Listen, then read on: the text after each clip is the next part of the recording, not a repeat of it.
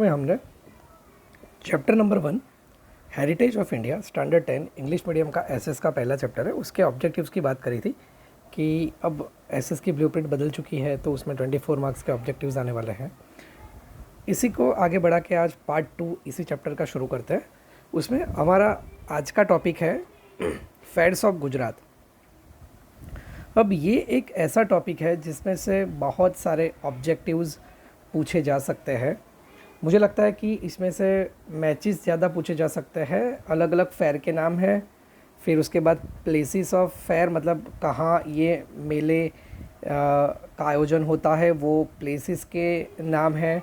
उसके बाद समय कौन सा होता है मतलब उसकी जो तिथि है जिसे गुजराती में तिथि बोलते हैं, टाइम ऑफ फेयर मतलब कब उसका आयोजन किया जाता है उसके टाइम के बारे में भी यहाँ पे लिखा हुआ है।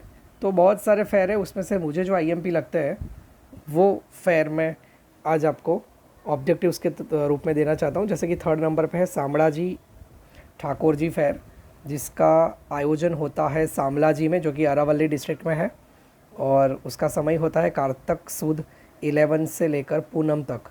ठीक है। दूसरे नंबर पे है इम्पॉर्टेंट फेयर है भादरवी पूनम फेयर, जिसका आयोजन होता है अंबाजी में। गुजरात का बहुत बड़ा पिलग्रिमेज प्लेस है तो ये एज ए इम्पॉर्टेंट आ सकता है एग्ज़ाम में। और भादरवी पूनम का मेला लगता है भादरवी सुद पूनम से, पूनम के दिन, अकेले एक ही दिन होता है ये। उसके बाद है भवनाथ फेयर जो कि गिरनार जूनागढ़ में इसका आयोजन होता है, और मई वध 9 से लेकर 12 मतलब गुजराती में उसको बारस बोलते हैं, तो 4 दिन का ये मेला है। उसके बाद तरणेतर फेयर भी बहुत इम्पॉर्टेंट है जो कि तरणेतर सुरेंद्र नगर डिस्ट्रिक्ट में इसका आयोजन होता है। भाद्रपद चौथ से लेकर छठ मतलब कि ये भी 3 दिन का मेला है।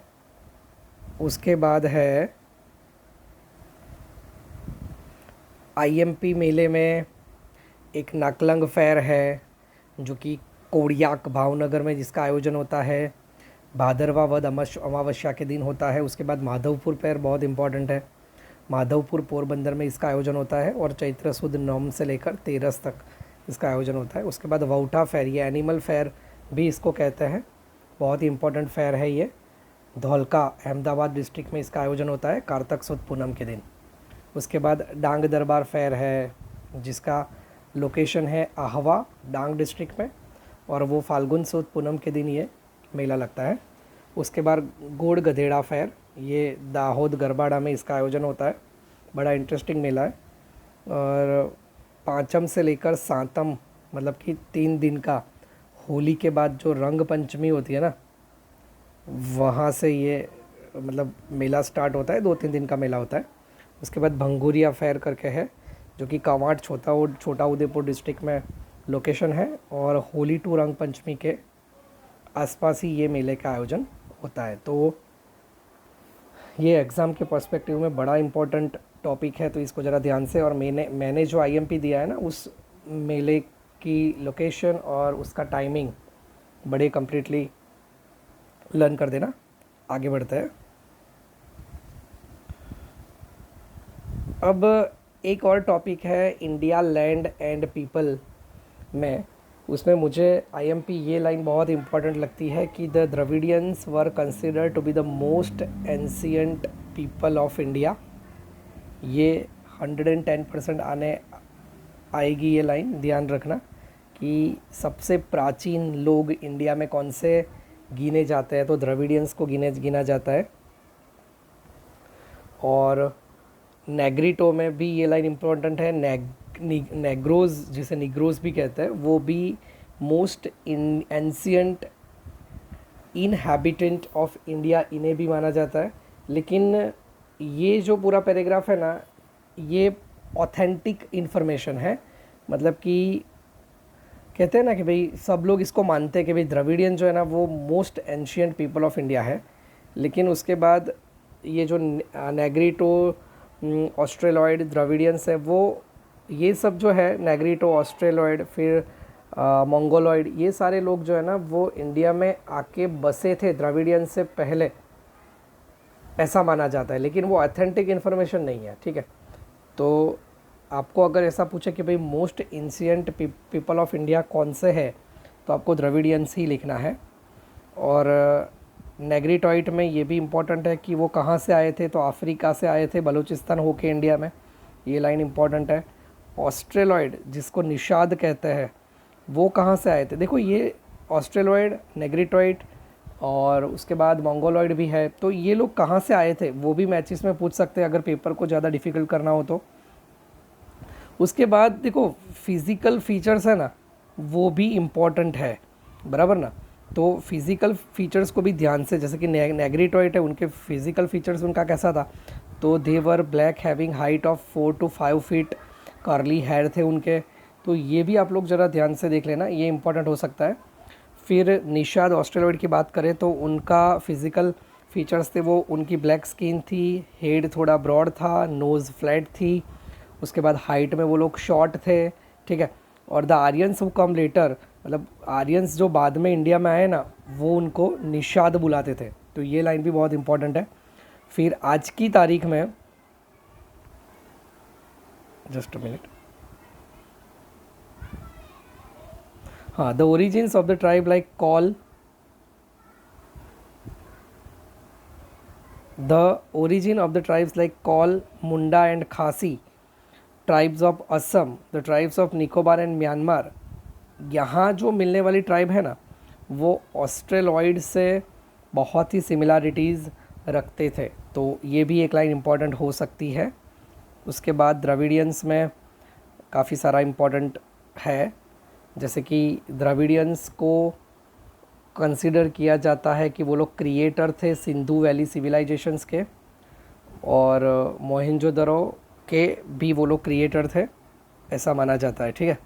उसके बाद द्रविडियंस ने एक कंसेप्ट दिया था मदर को एज अ गॉडेस का और फादर को एज अ गॉड का, वो भी इम्पॉर्टेंट लाइन है।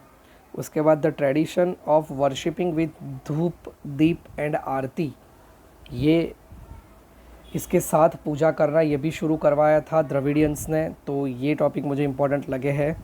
उसके बाद मंगोलॉइड्स में एक तो उनके फ़िज़िकल फीचर्स इम्पॉर्टेंट है, फिर वो लोग नॉर्थ चाइना से आए थे तिब्बत होकर और नॉर्थ असम में सेटल्ड हुए थे, सिक्किम, भूटान, वेस्ट बंगाल में, ठीक है। उसके बाद उनके फ़िज़िकल कैरेक्टरिस्टिक, जैसे कि वो लोग येलो कॉम्प्लेक्सन का मतलब होता है उसके स्किन का कलर येलोइश था, फेस उनका फ्लैट था, चिक्स चुबी थे, शेप्ड आइज़ थी, ये इम्पॉर्टेंट है। उसके बाद मंगोलॉइड जो है वो येलो कॉम्प्लेक्सन की वजह से उनको किरात के नाम से भी जाना जाता है, ये भी मुझे इम्पोर्टेंट लगता है।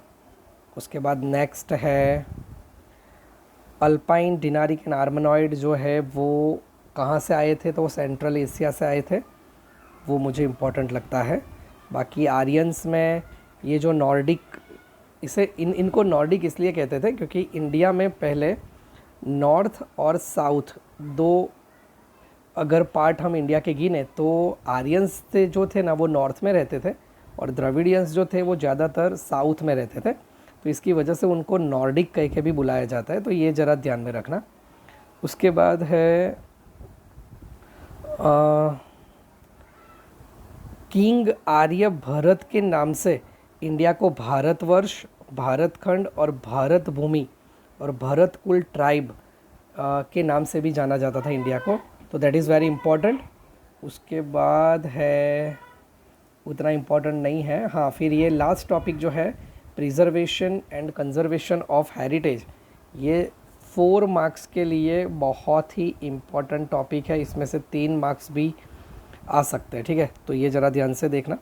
यहाँ पे इम्पोर्टेंट क्या लगता है मुझे, तो in our constitution the fundamental duties of Indian citizens are mention, कहाँ मेंशन किए गए हैं, तो आर्टिकल 51A में, और उनके सब आर्टिकल 6, 7 और 9 में ये preservation and conservation of heritage पूरा मेंशन किया गया है। तो ये मैंने लाइन टू लाइन डिस्कस किया कि चैप्टर 1 में से क्या क्या आ सकता है एज अ ऑब्जेक्टिव के रूप में। अगर आप चाहते हो कि ऐसी और मैं वीडियो बनाऊं आपके लिए, एसएस का पूरा जो सिलेबस है वो इजी कर दूं और बोर्ड के लिए आईएमपी ज़्यादा दूं, तो चैनल को सब्सक्राइब कर लेना, ठीक है। अगली वीडियोस में फिर मिलते हैं। Thank you for watching my video.